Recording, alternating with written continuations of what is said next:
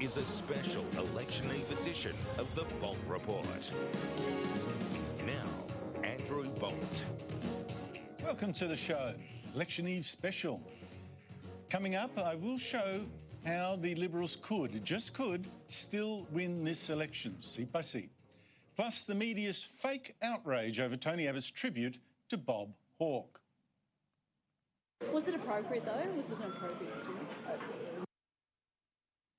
And away from politics, Rugby Australia sacks superstar Israel Folau for quoting the Bible's teachings on gays. Yet it still claims it backs freedom of speech and belief.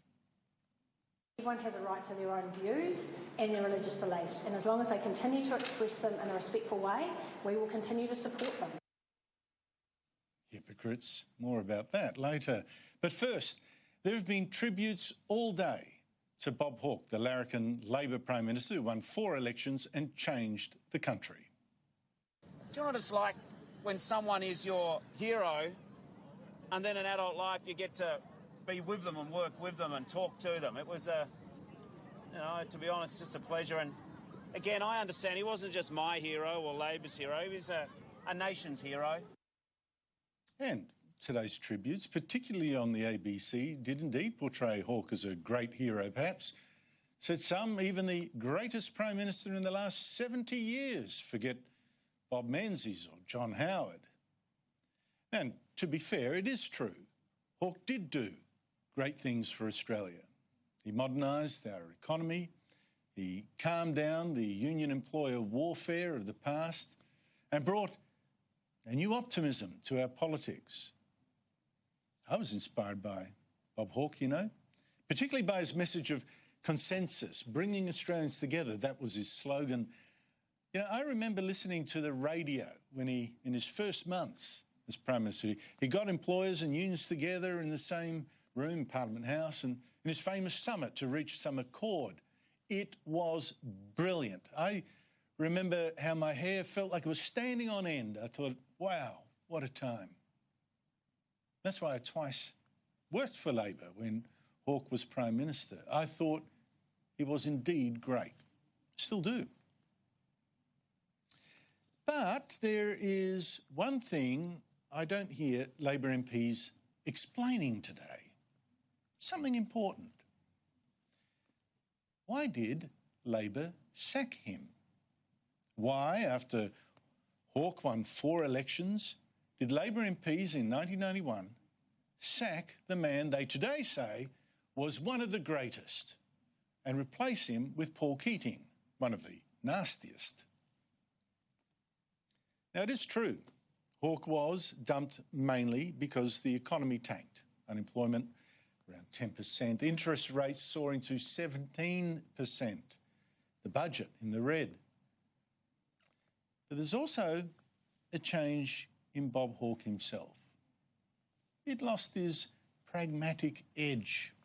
He was perhaps also distracted by family problems, not just with one of his daughters, but his son. But whatever it was, by 1991, Hawke had become something like Labor today. Sentimental and carried away by things like Aboriginal spirituality, which led to his irrational decision in that year to ban a mine at Coronation Hill, then near what was then the limits of Northern Territory's Kakadu Park, in alleged respect for the Bulla spirit. But that Bulla spirit had never been associated publicly, and anyone could find out, with that site until a decade or so earlier when activists started getting involved. And for Hawke to give in to that story and to sacrifice all those much-needed jobs and the money, well, that shocked many of his colleagues. It shook their confidence in his judgment. Ministers like John Kerrin publicly criticised it. And 6 months later, they sacked Hawke. But unfortunately, Labor kept that direction. In fact, it's gone much further. It's now pushing totally irrational and divisive policies, all romance, no pragmatism. 2 of the worst in this election, Labor's still uncosted, massive global warming policy, uncosted, and its commitment to an Aboriginal-only advisory parliament, which to me is just racism. And that's not all. Bob Hawke's earlier greatness lay in his determination to never let Labor repeat the disasters of the Whitlam years, proposing grand schemes while letting the economy go to hell.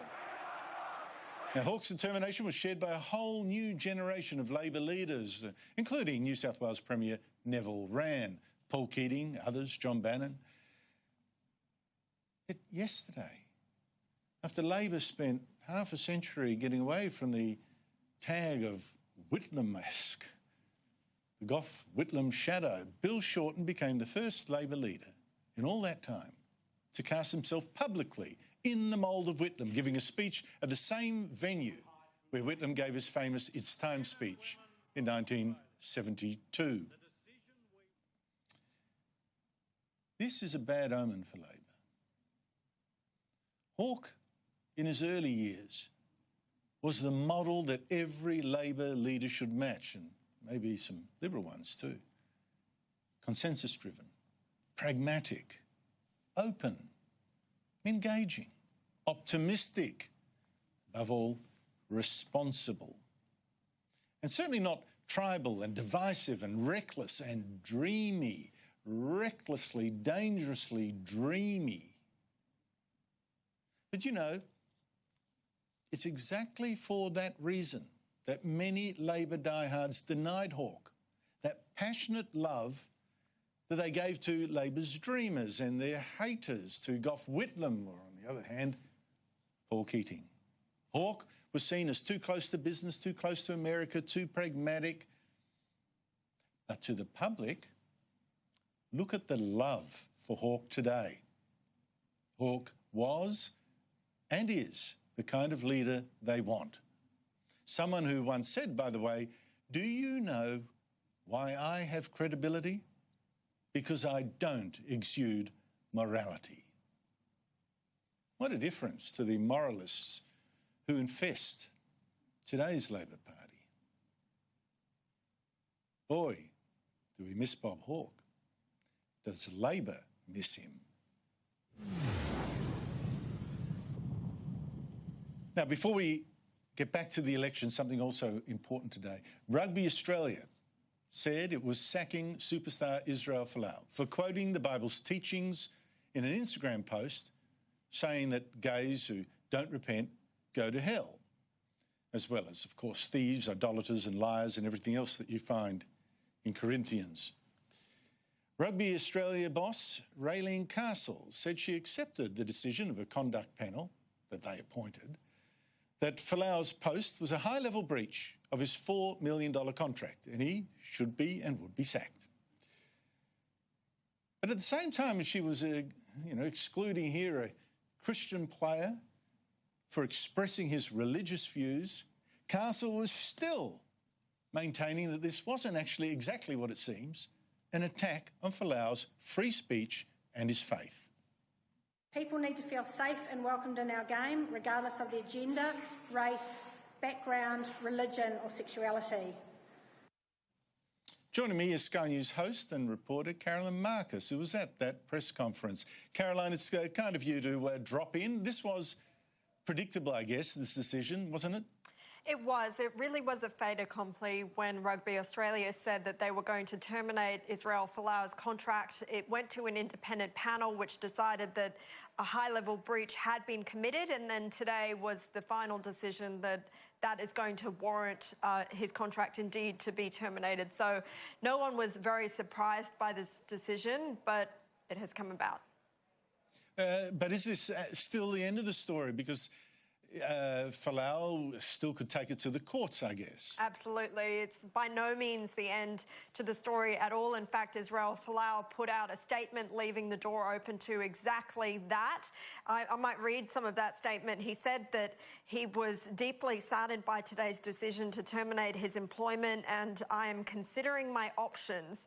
He wrote, as Australians, we are born with certain rights, including the right to freedom of religion and the right to freedom of expression. The Christian faith has always been part of my life, and I believe it is my duty as a Christian to share God's word. Upholding my religious beliefs should not prevent my ability to work or play for my club and country. He also wanted to thank those who've spoken out in his defence, even those who might not share his beliefs, but defended his right to express them. So you can see there he's leaving the door open to further action. And indeed, the Daily Telegraph reported today that he is going to skip his option of appealing to a second panel, a code of conduct panel, and instead take it directly to the Supreme Court. I mean, he's not going to be scared away with any sort of settlement. He was offered $1 million settlement money reportedly before the panel made its decision, and he turned that down.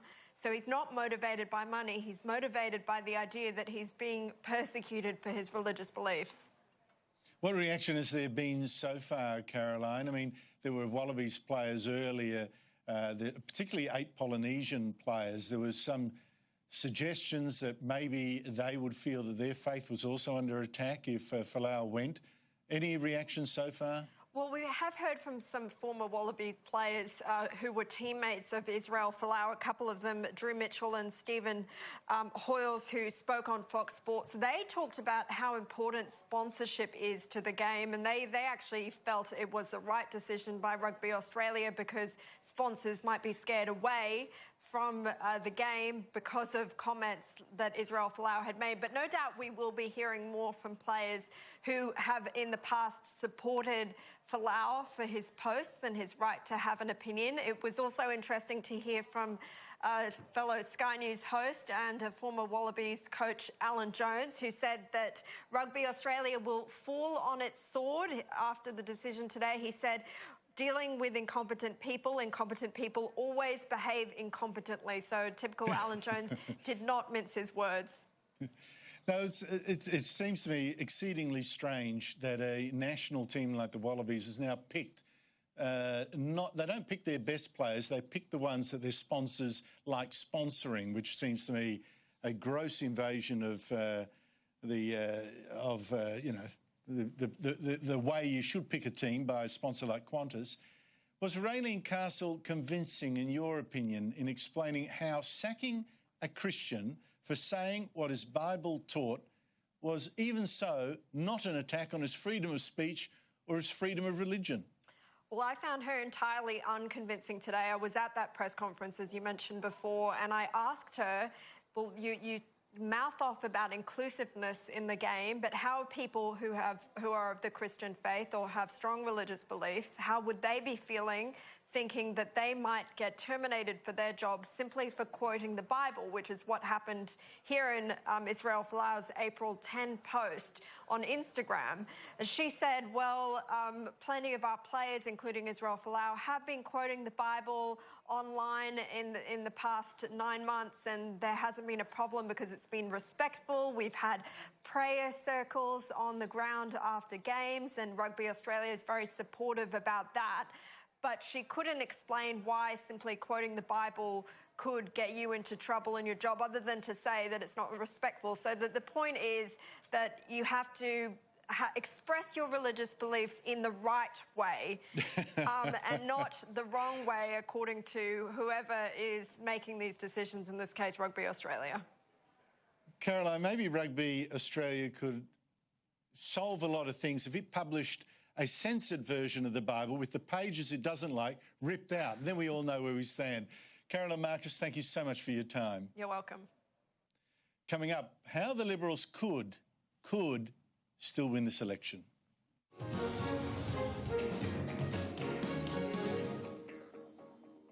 8 p.m. We'll see you there.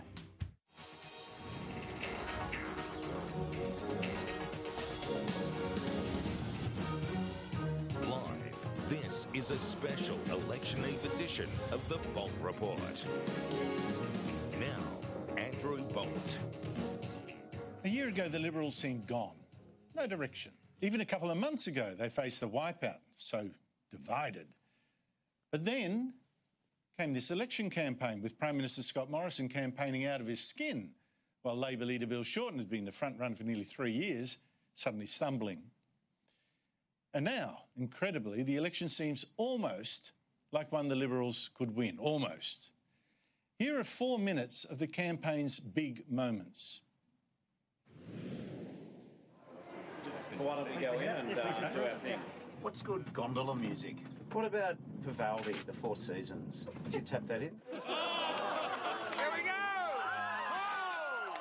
Oh! I'm not bowling another ball.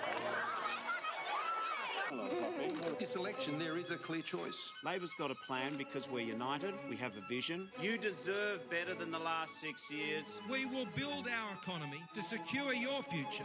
Buying back water for almost a third over the average price for flood water that may have never actually been used. Versace prices for water that you get from the reject shop. Can you rule out new or increased taxes on superannuation? We have no plans to increase taxes on superannuation. That's different to ruling it out, though. He's not going to put any additional taxes on superannuation starting now. Everything is going up except your wages. You're good to see the higher wage income earners given a tax break. They earn $250,000 a year because they work nights. Well, we're going to look at that. What I said is that I understood his point of view. No, he's going to increase their taxes. We've also talked about climate change because there's got to be something here for them to see. If we don't change, then the cost will be far greater than any initial investments. What creates a strong economy is fairness and decency. Not answering the question, Mr. Shorten. Oh, OK. And why can't you answer the question, Mr. Shorten? Because I'm going to give your colleagues half a go. No, because you should answer it. Why can't you answer the question, Mr. Shorten? What is the cost of his emissions reductions policies? I mean, this issue about give us one number, I don't think that's possible to do. Plaguing him for the second day in a row were questions over whether the coalition will do any preference deals with Clive Palmer. We need a plan for our country. Parties will have discussions before close of nomination. Shorten's repeated lies about preferences confirm my judgment. There's an election on. You've got to decide where you put your preferences. Bill Shorten and his team, they tried to get Clive Palmer's preferences. Rubbish. I don't think I need to do that. Steve's language and behaviour was unacceptable.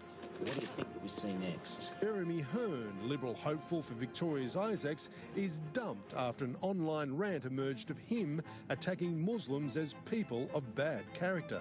Oh, sorry, you're referring to the other one. Peter Killen withdrew, the second candidate for Wills to do so. Jessica has resigned as the Liberal candidate. The Liberal Party is riddled with right-wing extremists. Labor has problems of its own. Its candidate in Melbourne making light of rape in a Facebook post in 2012. Labor's candidate for the seat of Melbourne has resigned. He shared a conspiracy theory that Earth is run by an alien race of giant Jewish shape-shifting lizards. This fellow, who I haven't met, That's not quite true. no coalition with the Greens. Sorry, Richard, it's not happening. I'm not surprised to hear the response from Bill Shorten today. Hello. It's a change from babies in elections. Mums and dads. Spearsy, the Prime Minister has just spoken a load of rubbish. You're going to increase his taxes. You're a classic space invader. It wasn't pretty. His Space Invader moves, they weren't pretty at all. I'm happy for Bill Shorten to put on a cabaret performance in a debate, but that's not how you run a country. The only space he's going to invade is your wallet. Is this necessary? This is appalling and disgraceful behaviour. Just because you have a difference of view to someone doesn't mean that you have to engage in these sort of ugly types of protests. It was this answer that caught the attention of some. My mum, she became a teacher, but she wanted to be a lawyer. His mother did eventually become a lawyer. My mum is the smartest woman I've ever known. She's brilliant. And that's what drives me. Vote Labor for real change to put an end to the chaos and to bring the fair go back. And so we can keep the promise of Australia to Australians in this generation and the next. Still recording. Are you going to stop for a sec? I was just waiting for that line in the song.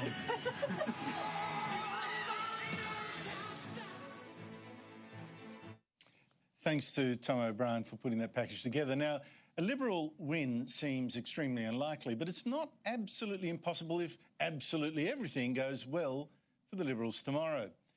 Here's the scenario. The Liberals are on 74 seats. They need 76.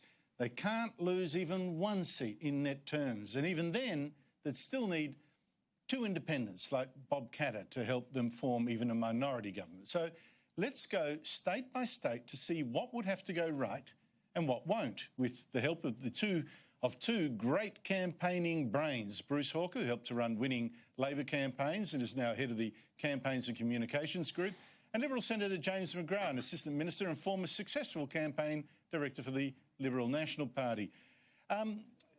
Bruce, let's start with you. The big battleground Queensland, where the coalition must save 8 marginal seats that looked in real trouble. Leichhardt, Dixon, where Home Affairs Minister Peter Dutton faces a massive campaign from GetUp. Flynn, Ford, 50-50 in the latest Galaxy poll. Capricornia, Dawson, held by George Christensen, who held that Philippine controversy. Brisbane and Bonner. And the coalition then must win Herbert near Townsville to balance losing, say, Petrie. First of all, can Peter Dutton survive in Dixon, do you think? Yes, I think he can.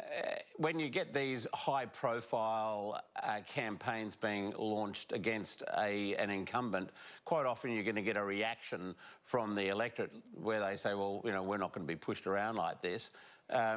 So he could hang on in Dixon. It's on the upper. It's on the north side of Brisbane. It's it's really in the fringes of Brisbane, and it's got a pretty conservative base, I think.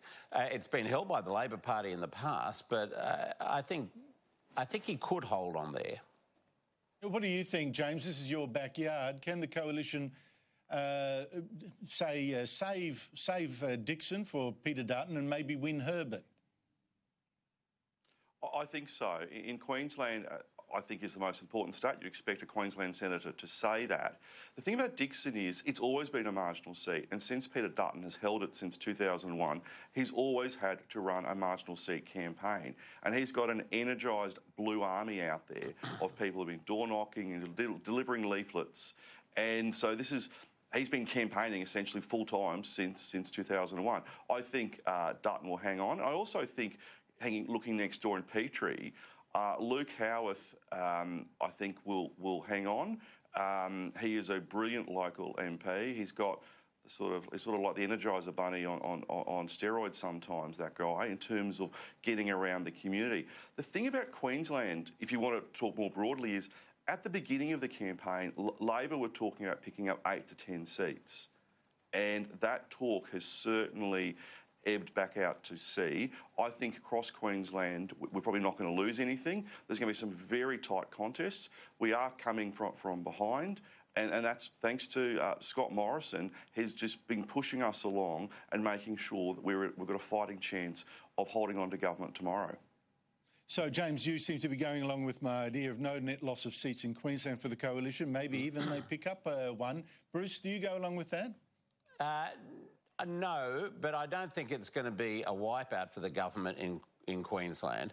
I think they will hold on to Christensen's seat. I think those central Queensland seats are harder now for Labor because of the Adani issue. I'm not so sure, though, about seats like Leichhardt, where I think climate change is an issue that they're concerned about up there, and that's been front and centre for Labor's campaign. And that's Warren Entsch's seat. Yes, and I think in suburban Brisbane, there's more likely to be 1 or possibly 2 seats going Labor's way, because some of them are on an absolute knife edge, and the Adani issue doesn't play out so much in the south as we saw in the state election, as it does in the north and or the far north. So, Petrie could be a pickup for Labor, for example. Ford, which is just south of Brisbane, around Logan, which was held by the barest margins at the last election. I think Labor could be in with a real shot there. So I don't so you really might think about 2. You pick up and say 2, you think. Yes. All right, so New South Wales with the coalition. But I think Herbert, by the way, will be very difficult for Labor. Right. No, I factored that in, yeah. Well, to New South Wales, the coalition there must save Warringah, Tony Abbott's seat. They must win back Wentworth, Malcolm Turnbull's former seat, and then pick up, say, Lindsay, which is held by Labor's Emma Husar, who's sort of been forced out. And that's because, of course, the coalition looks like losing Cowper to former independent Rob Oakeshott, and Gilmore, where Warren Mundine is struggling to defend that. First of all, James, do you think Abbott can hang on? I think Tony can hang on. I was down there a couple of weeks ago, door knocking with Tony, and he has a very good reaction on the doorstep. Clearly, you know, Labor are running dead in that seat, and Get Up are putting immense resources into Zali Steggall, who, you know, is, I'm going to be blunt, is just a fake candidate in terms of pretending to be a small Liberal when she's clearly quite left-wing. I think Tony can hang on because he's another...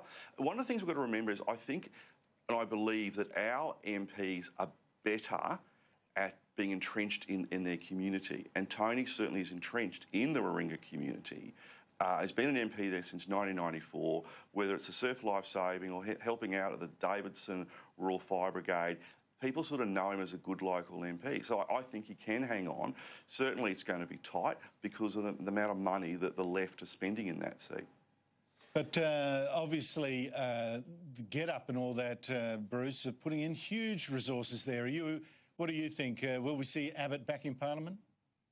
Look, at the outset, I'd say I don't think it really matters so much in terms of the exercise that we're going through now, because Zali Steggall and Karen Phelps, if they were to win, would support the government on critical issues like supply. They've made that pretty clear. So I don't think that that's going to be a huge plus for the government if they hold on to either of those seats.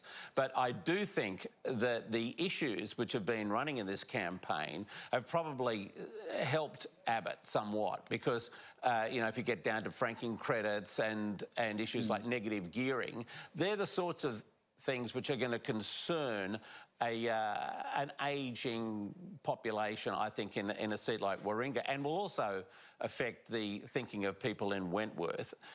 So, you know, I wouldn't be surprised if both Schwammer and Abbott held on, or well, Schwammer won back the seat, and Abbott held on in Warringah. That's my gut feeling.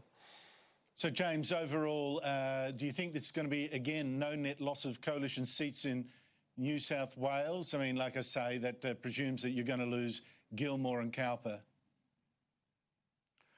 Look, I think Cowper's probably too close to call at the moment. But from my Liberal Party friends in New South Wales, they are talking about Lindsay and Dobell as possible gains, saying it's very close, too close to call it in those seats. So, but overall, I think in New South Wales, probably we might pick up one net seat, or it might be just even Stevens. Right. What can I say? I'd be doubtful about that, to be frank. I mean, there are seats like Reid, Banks, Robertson, all of which are on knife edge, and I think it's going to be unlikely that the government would come out ahead in New South Wales, or even hold the line in New South Wales, because, as I said, I don't see Warringah or Wentworth as being in play, in a sense, for the government. They're going to hold those seats, whether it's Steggall in there or... In that case, Bruce, I'm going to add one more to your tally from New South Wales. You're up 3 so far. Yeah. To South Australia, the Liberals have to save their seat of Boothby, held by Conservative Nicole Flint, young, up and coming. Can they do that, James, and lose no other seats in South Australia? I think they can do that. The campaign down there is helped by Nicole being a brilliant local member, helped by ScoMo being the leader, but also by Stephen Marshall being the Premier. He's been out door knocking in the seats in South Australia. He's a popular figure, and his endorsement of Nicole is certainly going to help her. I understand that Labor and the unions are really carpet bombing the seat, and it'll be ground zero tomorrow. But it's a first-term member. I think she's got the ability to hold on. Sorry, she's a second-term member. She's got the ability to hold on because of her getting out in that community. But Bruce, you were intimately involved with a brilliant election campaign there that saved the bacon of the state Labor government. What do you think? Will there be no net change of seats in South Australia? Well, Boothby's on 2.7, so it's not a huge number, but but by the same token, you know, the overall margin at the moment is 51-49, so that sort of technically puts it in the government column still. The only thing I'd say about Boothby is that it's an electorate where issues like climate change, which have been big issues for Labor in the south of the country particularly, play out. So, but just to be on the Conservative side, I'd say no net change in South Australia. Okay, you're still up by 3 then. Just whiz through quickly WA. We've still got Victoria to go. The coalition has to save in WA Hasluck, held by Minister Ken Wyatt. It's only Indigenous Minister, but in a bit of trouble with office politics. The latest Galaxy poll says a 50-50. What do you reckon, James? Can the coalition hang on to Hasluck and all its other West Australian seats as well, several of which look like going to Labor not that long ago? Yeah, I think we can hang on in WA. You're right. A couple of months ago, WA looked very tough for us, but it's come back. And I think Ken will hang on in Hasluck. I think Andrew Hastie in Canning will certainly hang on, and also Christian Porter in Pearce. And also, that I wouldn't rule out something interesting happening in Cowan in terms of us, giving Labor a fright there, or even taking that seat off Labor. The sitting Labor member hasn't been a brilliant local member, and there's a lot of local issues there. So that seat could become very interesting tomorrow night. Well, I'm going to call it a draw then there. And now to Victoria, Bruce. Here's a good one for you. Well, I don't agree, by the way. I think in WA we could, I think Hasluck will go to Labor, and and it's one of those states where they could get 1 or they could pick up another 3. It's very uncertain. I've got to move on. But I have to be plus 1. I've got to move on, but I'm going to add 1 to you. So you're up 4. Victoria, the coalition's got to save Corangamite, Sarah Henderson's seat, Latrobe and Deakin. It must then win Indi near Wodonga, last won by independent Cathy McGowan. But it almost certainly will lose Chisholm and Dunkley. Now that leaves it down on my scenario by 1 seat net. James, does that sort of seem realistic to you? Look, Chisholm is certainly going to be really tough for us with Julia Banks doing the rat run, and the redistribution in Dunkley has made that seat certainly tougher for us. I think it's notionally a Labor seat now. It is, yeah. So that's a really tough. It's a tough seat for us to hold. Chris Kruth is working very hard. Corangamite, I'm pretty certain will hold on to that seat. Sarah Henderson, has become the billion-dollar lady in terms of all the infrastructure she's been put into that seat.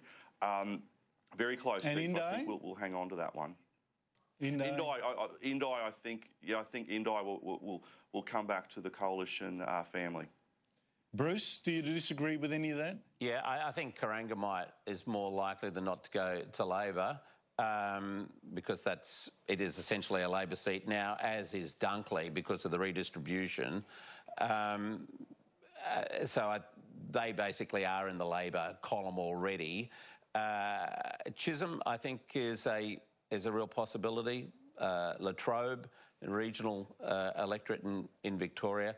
I think Labor could pick up a net 2 or more in Victoria. All right, I'll make it 2 to be conservatives. You're up 6.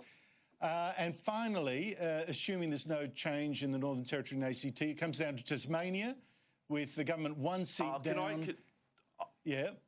I've got to go. Jump in there? Northern Territory, Solomon and Lingiari, the Michael Gunner government is on the nose there. I've been up there a couple of times.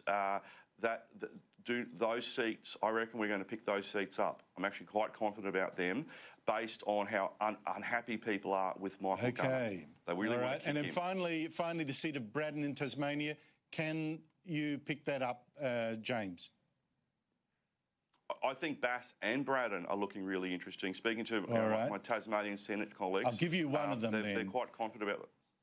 And Bruce, will you hold them? I don't think there'll be any change in Tassie, and I don't think there'll be any change in the Territory either.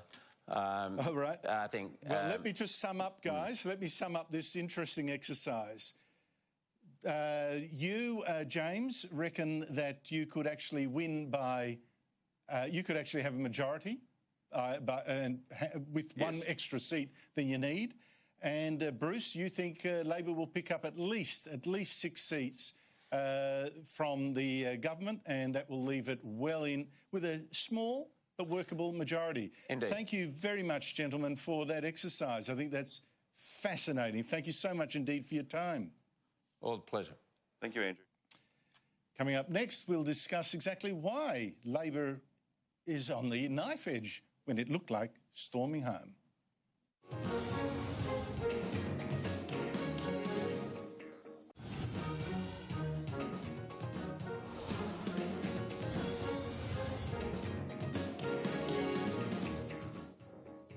The death of Bob Hawke completely changed Labor's campaign today, and I dare say it may have helped it. Leader Bill Shorten cancelled the trip to Brisbane to stay in Sydney to pay tribute to the former Prime Minister and link, appropriately, Hawke's legacy to Labor's campaign. I remember being in Year 11 when Bob Hawke got elected, Paul Keating Treasurer. There was going to be the employers and the workers all coming together, bringing Australia together. That was his motto. And whilst I'd always been interested, even as a teenager, in politics, that inspires me, bringing people together. So he was my inspiration. But the media went feral today when Liberal Tony Abbott paid his own tribute. Abbott said Bob Hawke was a great Prime Minister. All Australians should mourn someone who changed our country for the better. And he added that Hawke's key achievements, financial deregulation, beginnings of privatisation, went against the Labor grain. And Abbott said, you might almost say he had a Labor heart but a Liberal head. Well, journalists went nuts. News.com.au claimed that Abbott had offended what it called a mourning public, although almost every one of this so-called mourning public that it actually quoted turned out to be from the media left. 3 of them, like Wendy Harmer, from the ABC, or they were a left-wing activist or a former Labor MP. Still, that was enough for the media pack to go hunting. Was it appropriate, though? Was it an appropriate comment? Look, Bob Hawke was a great Prime Minister, no doubt about that. I think he was the best Labor Prime Minister ever. But the partisan nature of your initial comments has been criticised. Do you stand by them? I think that he was the best Labor Prime Minister ever, and I think we were very lucky to have him.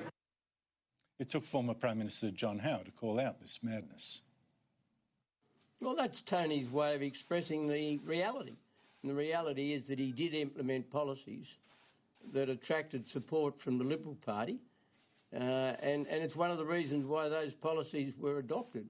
And he acknowledged the reforms that he made. I mean, it seems as if there's a cohort of people in the Australian community at the moment, probably not friends of the Liberal Party, who just want to seize on anything Tony Abbott says and criticise it, irrespective of the merit and the substance involved.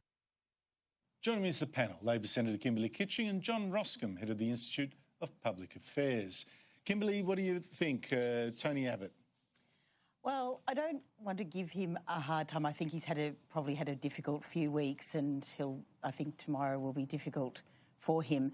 But I was interested, I guess, in the economic argument that he was presenting, because, you know, he was talking about the economic agenda of the Hawke-Keating government and that was a Liberal head. But if I can paraphrase, I would have thought in the 80s, and certainly from Tony Abbott's book Battle Lines, you'd sort of think that he was an NCC conservative, not really a Liberal economic sort of, you know... A Fortress Australia. Yes, yeah. So I was interested actually in the philosophy that he was bringing to those comments.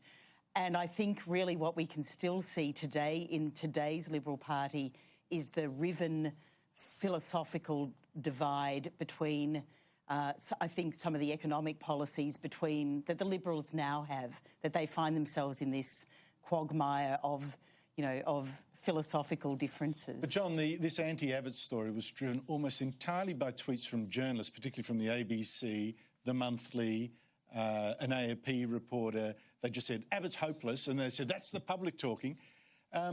Was Tony Abbott out of order, or was it the media? A little bit of both. What I took of that was, how good is John Howard? I wish he was on the ballot tomorrow. Well, Howard said exactly the same thing. But he said it with conviction, with clarity, with direction. I think what Tony Abbott said, I can understand him saying it, and Tony Abbott is actually right. I was with some Labor friends today, and what concerned them was the idea that Tony Abbott, the much-hated figure, would try and claim Bob Hawke as a Liberal. But the reality is, and Abbott said this, that Hawke's great reforms as a great Prime Minister, and he was, cut against the grain of the Labor Party at the time. His first battle was within Labor. And part of this context is Labor now don't want to appreciate that, because where Labor is at the moment harkens back, I would argue, to a bit more of Whitlam and a bit less of Hawke. But why is this election so close, do you think, Kimberly? Because I was convinced, and I wasn't alone. I mean, the polls were suggesting this would be an absolute Labor picnic. I've just gone through the exercise with two very smart campaign guys, and they think, we're looking somewhere between a narrow Labor win and an even narrower Liberal win. Well, I think it always tightens up, and we have this view that, because of the way the House of Representatives is elected, we have a view that, there are landslides, whatever. But if you actually look, it's always between 53-47. Now, in 13, it was 46.5, 53.5. But generally, it is actually quite tight. And this time, this is incredible. But I think that people, we've always been. I've always felt that the case that we laid out, that we did put our policies out, people were able to examine them, that kind of agenda did enable us to appeal to people, to allow people to know that there would be no surprises. But what I think then happens is that people, especially in this election where you've had a government that really has not announced any policies, obviously... You've announced enough for both.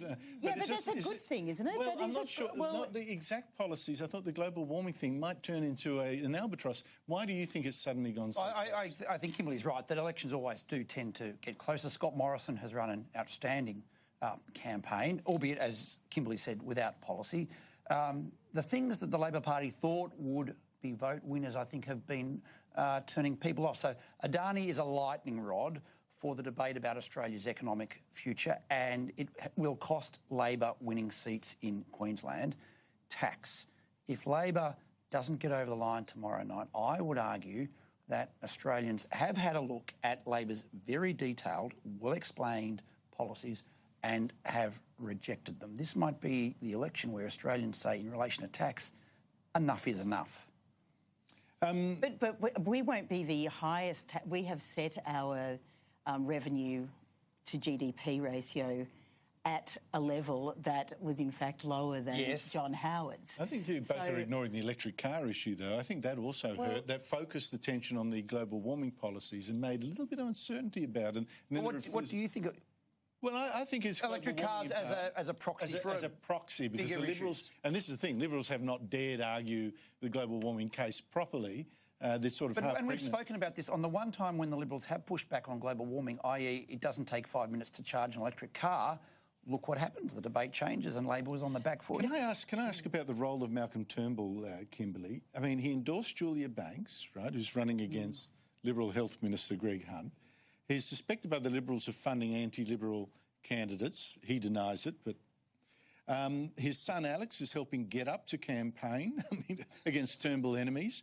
And today, one of Malcolm Turnbull's favourite journalists has written in The Guardian, Catherine Murphy, that Scott Morrison and Peter Dutton, two more Turnbull enemies, knew 3 years ago the refugee swap with America involved bringing over 2 Rwandans suspected of committing mass murder.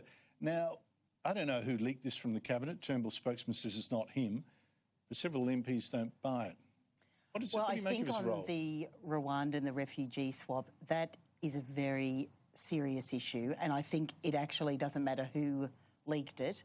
I think if that has been known for several years, as it seems to be the case, that is actually a huge issue, particularly for a government that prides itself on national security. Particularly for a government that was attacking Labor for not having enough checks to bring in alleged accused murderers itself. So I don't think it matters in this case who the leak is. Do I think that Malcolm Turnbull is sitting in his eyrie in New York, sort of pulling strings, cackling, Svengali-like? But I think that the matter about the Rwandans is a very serious issue, and I think that it will be an issue that a new government. No, I agree with you. I agree with Kimberly, and I said it yesterday that this was really bad. We don't know all the facts, but Turnbull's role. Turnbull's role, I would argue, has not been as significant as people make out. It's Turnbull speaking to a constituency that is Green, that is left, that will probably not vote Liberal anyway. I think it's an example of, if Labor doesn't get over the line or doesn't win by as much, Labor believing some of its own publicity in relation to Turnbull, in relation to Green, left policies. And there's a broader question, whether it's Kevin Rudd, whether it's Malcolm Turnbull. Both political parties have to deal with their leaders in a very different way. I think they need to sack Turnbull from the Liberal Party after the election and make an example of him. I've never seen such bastardry in my life. Hang on. But I've got to go. Except for Kevin Rudd. No, this is worse. This is absolutely worse. Got to go. John Roscombe, Kimberly Kitching, thank you so much for your time. Coming up, a special edition of Outsiders with Rowan Dean, Rita Panny and James Morrow. Do not miss it. From me, I'll be back, by the way, tomorrow night for our election coverage. Good night.